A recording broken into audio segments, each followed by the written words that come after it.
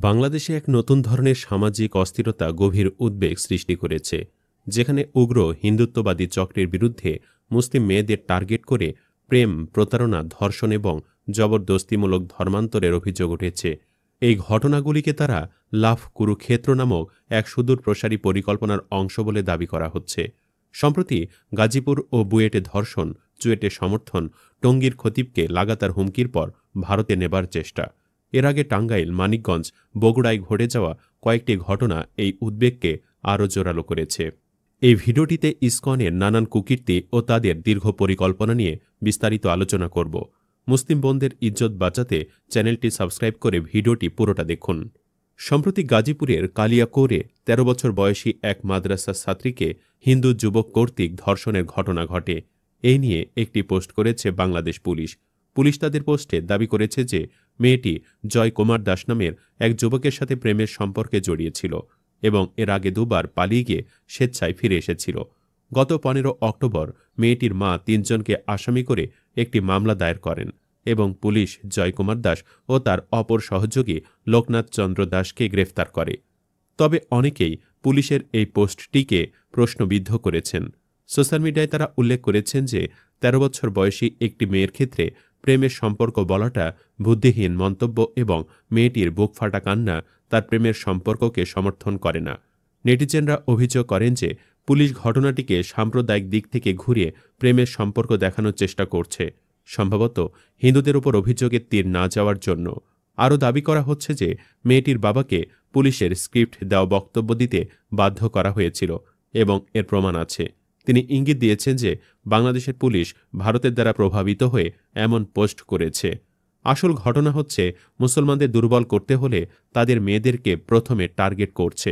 অনেকে দাবি করেন যে ইসকন দেশের বিভিন্ন স্থানে মুসলিম মেয়েদের ধর্ষণ করেছে এবং তাদের গর্ভে পশুদের সন্তান দেওয়ার চেষ্টা করেছে। এমনকি তার নিজের এক আত্মীয়কেও একজন হিন্দু যুবক ফাঁদে ফেলার চেষ্টা করেছিল। তিনি অভিযোগ করেন যে ইসকন বাংলাদেশের রাজনৈতিক, সামাজিক ও অর্থনৈতিকভাবে প্রভাব বিস্তারের চেষ্টা করছে এবং মুসলিম মেয়েদের ফাঁদে ফেলার চেষ্টা করছে। বুয়েটেও তেমনি একটি ধর্ষণের অভিযোগ উঠেছে। তাতে আবার সমর্থন দিয়েছে চুয়েটের ছাত্র সংসদের নবনির্বাচিত এক সদস্য। তার মানে এসব বিচ্ছিন্ন ঘটনা নয়, ইসকনের সুদূর প্রসারী পরিকল্পনা। এর আগে টাঙ্গাইলের সখীপুরের বাসিন্দা মোমেনা ফেসবুকের মাধ্যমে একই উপজেলার তক্তারচালা গ্রামের অনিল চন্দ্রের ছেলে অভিলাষ সরকারের সঙ্গে সম্পর্কে জড়িয়ে পড়েন। অভিলাষ নিজেকে মুসলিম পরিচয় দিয়ে মোমেনার সঙ্গে ২ বছর ধরে প্রেমের সম্পর্ক চালিয়ে যান। মোমেনা জানান, অভিলাষ তার হিন্দু পরিচয় গোপন রেখেছিলেন এবং ফোনে কথা বলার সময় কখনও নিজের ধর্ম প্রকাশ করেননি। ২ বছর পর অভিলাষ দেশে ফিরে আসেন এবং মোমেনার কাছে তার আসল পরিচয় প্রকাশ করেন। তবে তিনি মোমেনাকে আশ্বস্ত করেন যে তিনি ইসলাম ধর্ম গ্রহণ করে তাকে বিয়ে করবেন। ভালোবাসার টানে মোমেনা তার পরিবার ও ধর্ম ত্যাগ করে অভিলাষের সঙ্গে গাজীপুরের কালিয়াকৈরে একটি ভাড়া বাসায় সংসার শুরু করেন। অভিলাষ কাগজে কলমে ধর্মান্তরিত হয়ে মোহাম্মদ ইব্রাহিম নাম ধারণ করেন এবং স্থানীয় একজন ডাক্তারের মাধ্যমে সুন্নতে খতনা করান। মোমেনার দাবি, অভিলাষ নিয়মিত নামাজ পড়তেন এবং ইসলামের সকল আদর্শ মেনে চলতেন। কিন্তু মোমেনার জীবনে নেমে আসে ঘোর অন্ধকার যখন তিনি ৩ মাসের গর্ভবতী হন। অভিলাষ হঠাৎ করে নিখোঁজ হয়ে যান। মোমেনা অভিযোগ করেন যে অভিলাষ চলে যাওয়ার সময় তাদের বিয়ের সকল কাগজপত্র এবং তার মোবাইল ফোনও সঙ্গে নিয়ে গেছেন। বর্তমানে ৩ মাসের অন্তঃসত্ত্বা মোমেনা পরিবার থেকে বিচ্ছিন্ন, বাসা ভাড়া দিতে পারছেন না এবং শারীরিক অসুস্থতার কারণে কাজ করতেও পারছেন না।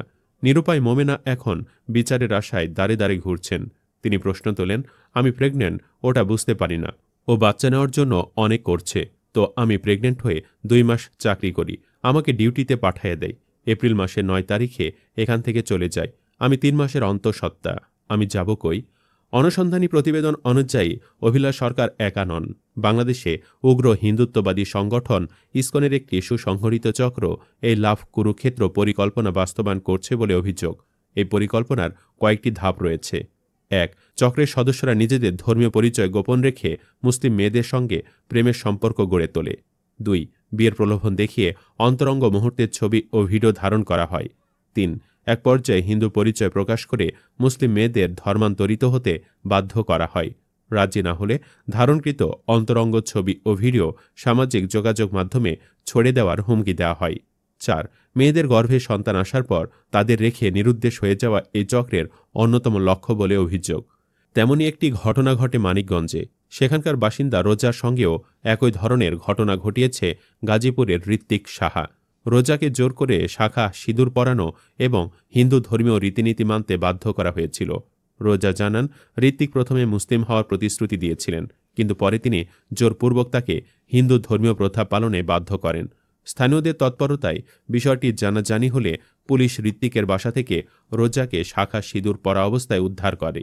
পুবাইল থানার ওসি আমিনুল ইসলাম জানান, এ ধরনের ঘটনা সমাজে অস্থিরতা সৃষ্টি করে। পুলিশ দ্রুত ব্যবস্থা নিয়ে মেয়েটিকে উদ্ধার করে এবং ঋত্বিককে গ্রেফতার করে। বগুড়া ধুনট উপজেলায় 14 বছর বয়সী এক নাবালিকাকে উগ্র হিন্দুদের কবল থেকে সিরাজগঞ্জ আদালত চত্বর থেকে উদ্ধার করা হয়েছে। জানা যায়, সজীব কুমার নামের একজন হিন্দু ছেলে প্রথমে মুসলিম হওয়ার প্রতিশ্রুতি দিয়ে মেয়েটিকে ধর্ষণ করে।